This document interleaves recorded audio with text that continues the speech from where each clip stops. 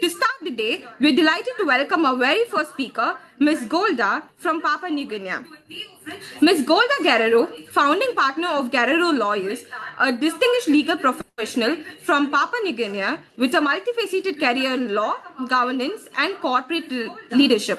As the co-owner of a family-run law firm, Ms. Geroro brings a wealth of experience in legal practice, complemented by her strategic roles on the boards of prominent institutions such as Post PNG Limited and Money Plus, where she serves as an independent director. Her legal acumen is matched by a commitment to ethical governance and institutional development. With a strong foundation in both private practice and public service, Ms. Geroro exemplifies the evolving role of legal professionals in shaping policy and advancing access to justice. We are delighted to welcome her today as she shares her insights on the ADR landscape in Papua New Guinea, a valuable perspective shaped by her leadership and dedication to the legal profession. We are truly honored to have you, Ms. Golda. The virtual floor is now yours.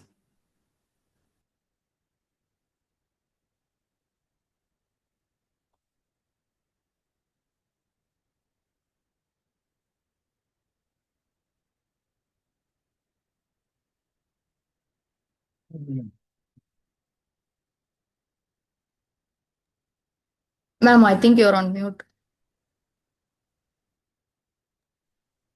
Thank you very much, all. I'll just be very brief because Papua New Guinea is a country in the Pacific region, and arbitration is quite a new regime over here.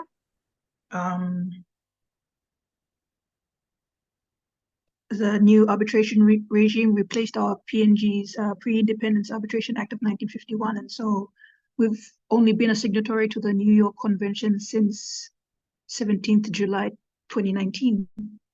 It's quite a new development in PNG's legal system, as we have now an Arbitration International Act and the Arbitration Domestic Act, which were both passed by the PNG National Parliament just recently, as last year, 20th February 2024, and certified later on 16th May 2024. So it's quite recent. In Papua New Guinea, we haven't had much arbitral cases or awards given. But our domestic or Arbitration Domestic Act and our Arbitration International Act were drafted in line with the UNCITRAL Model Law on International Commercial Arbitration of 1985, the model law, as everyone knows. And because PNG acceded to it in 2019, that gave effect to the United Nations Convention. The territorial scope of the regime, generally both the International and Domestic Arbitration Act of PNG only applies if the seat of the arbitration is in PNG.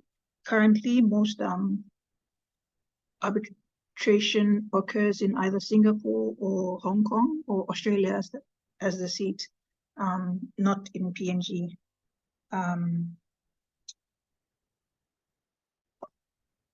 That's in terms of the current legal framework. In terms of the key trends and development in arbitration in our Pacific jurisdiction, with reference to Papua New Guinea, the confidentiality provisions are incorporated in our domestic legislation and the International Arbitration Act of PNG. Arbitration is an alternate dispute resolution process, and so we do have a court referral system. So the National Court has the authority to refer disputes to arbitration, either on its own motion or with the consent of the parties, helping to ease the burden of PNG's judiciary. We do not have a separate international commercial settlement of an investment dispute center. It's just goes through the normal national court process. So we do recognize foreign arbitral awards, and they're usually through the national court.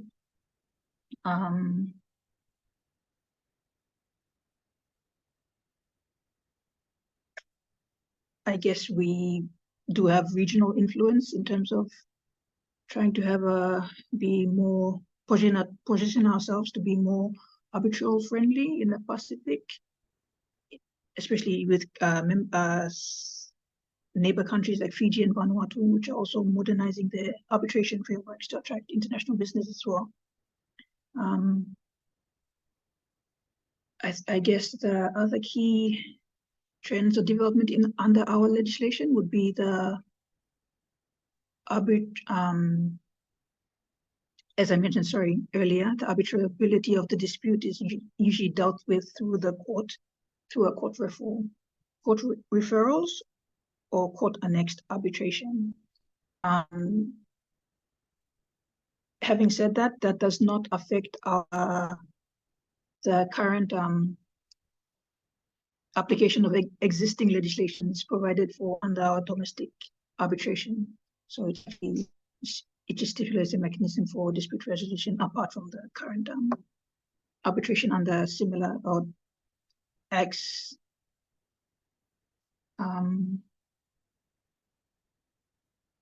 Since the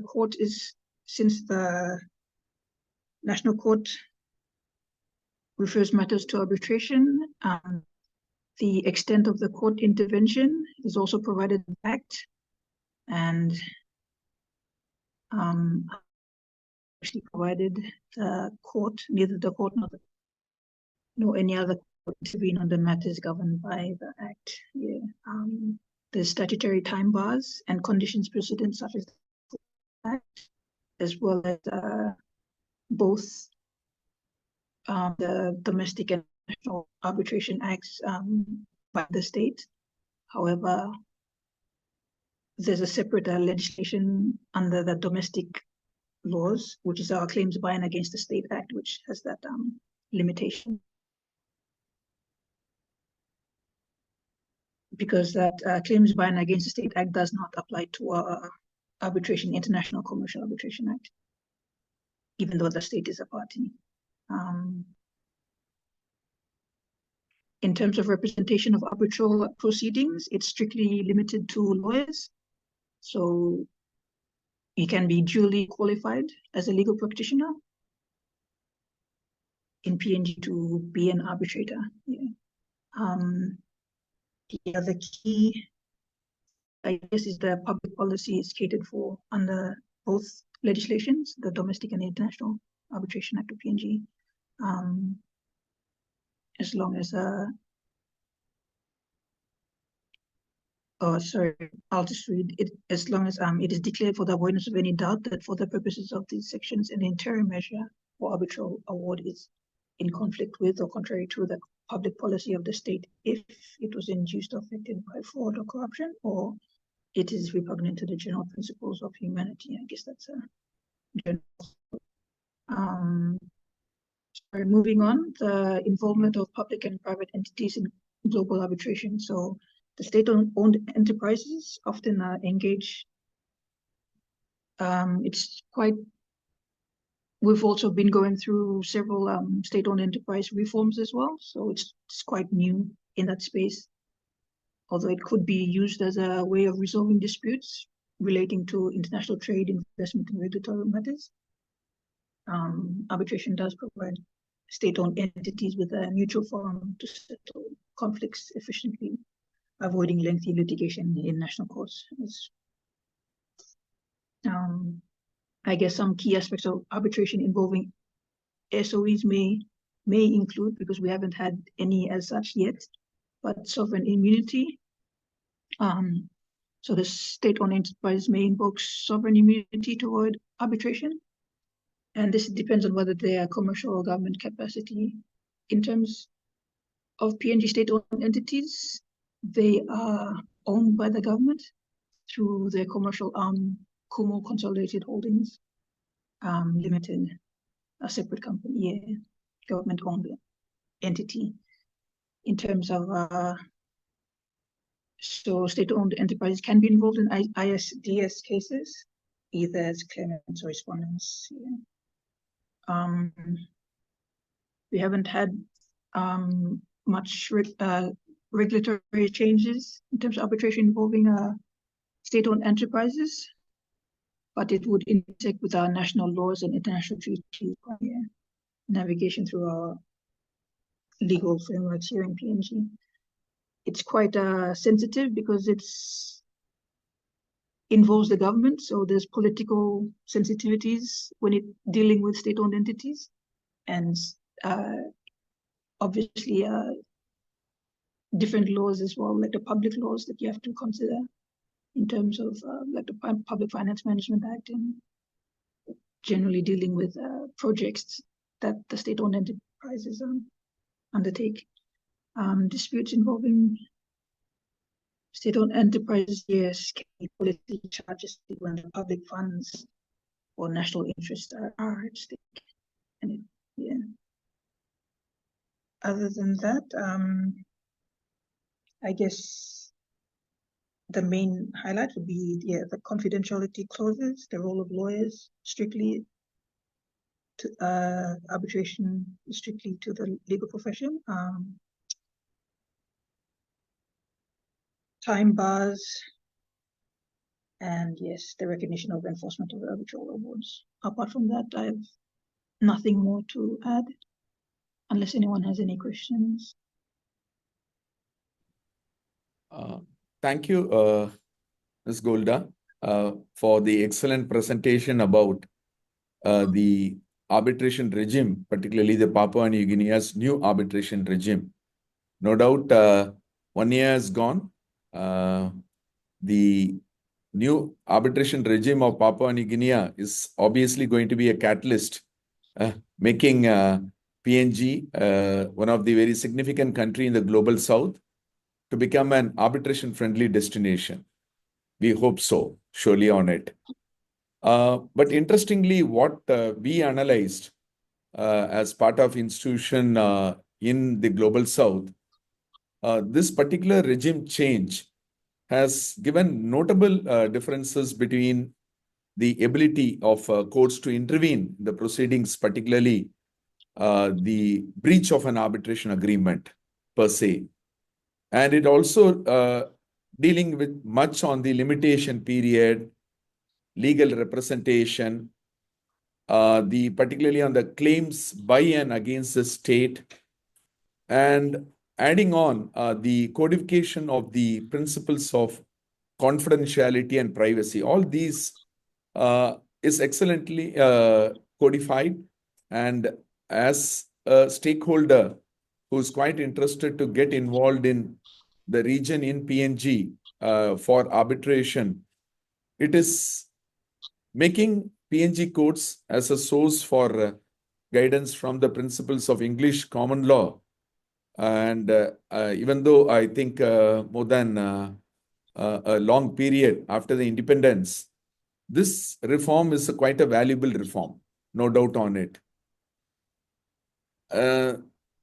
What as a final say, what we can observe is that this new arbitration regime is presenting an opportunity to promote international trade as well as commerce very significantly.